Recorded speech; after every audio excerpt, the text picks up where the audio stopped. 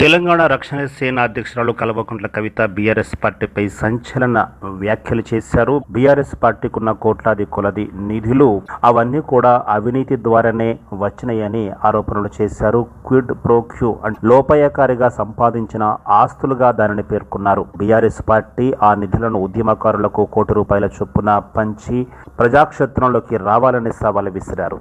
అయితే పార్టీలకు విరాళాలు వస్తుంటాయి. పార్టీ కార్యకలాపాల నిర్వహణకు విరాళాలు తప్పనిసరి. అయితే ఈ విరాళాలు చట్టబద్ధంగానే తీసుకుంటూ ఉంటారు. అయినంత మాత్రాన అవి అవినీతి ద్వారా వచ్చాయని చెబితే ఎలా నమ్ముతారు?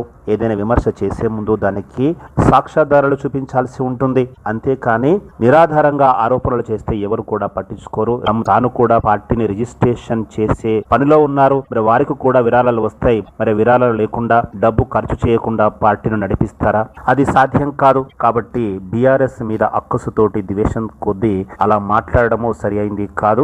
కల్వకుంట్ల కవిత పైన కూడా మరి లిక్కర్ కుంభకోణానికి సంబంధించిన ఆరోపణలు అభియోగనలు ఎదుర్కొన్నారు. ఆ తర్వాత నిర్దోషిగా కూడా విడుదలయ్యారు. ఆరోపణలు వచ్చినంత మాత్రాన ఆమె తన ఆస్తులను ప్రజలకు పంచారా? ప్రజలకు పంచాకనే రాజకీయాల్లోకి వచ్చారా అంటే రాలేదని మనందరికీ తెలుసు కదా. అలాంటప్పుడు మనం ఇతరులను ప్రశ్నించే నైతిక అధికారం ఎక్కడి నుంచి వస్తుంది? ఒకవేళ ఆరోపణలు రాగానే మీరు మీ ఆస్తులను ప్రజలకు పంచి ఉండి అదే డిమాండ్ను బీఆర్ఎస్ పార్టీకి విసిరితే అది బాగుండేది. మీరు మీ ఆస్తులను పంచకుండా బీఆర్ఎస్ పార్టీ నిధుల గురించి మాట్లాడడం అనేది ఏమాత్రము సబబుగా లేదు. ఏదైనా వ్యాఖ్యలు చేసే ముందు దాని పరిణామాలను కూడా ఆలోచించి సంయమనంతో మాట్లాడితేనే రేపు పార్టీకి గాని వ్యక్తిగతంగా మంచి భవిష్యత్తు ఉంటుంది. లేకపోతే అభాసు పాలు కావాల్సి వస్తుంది.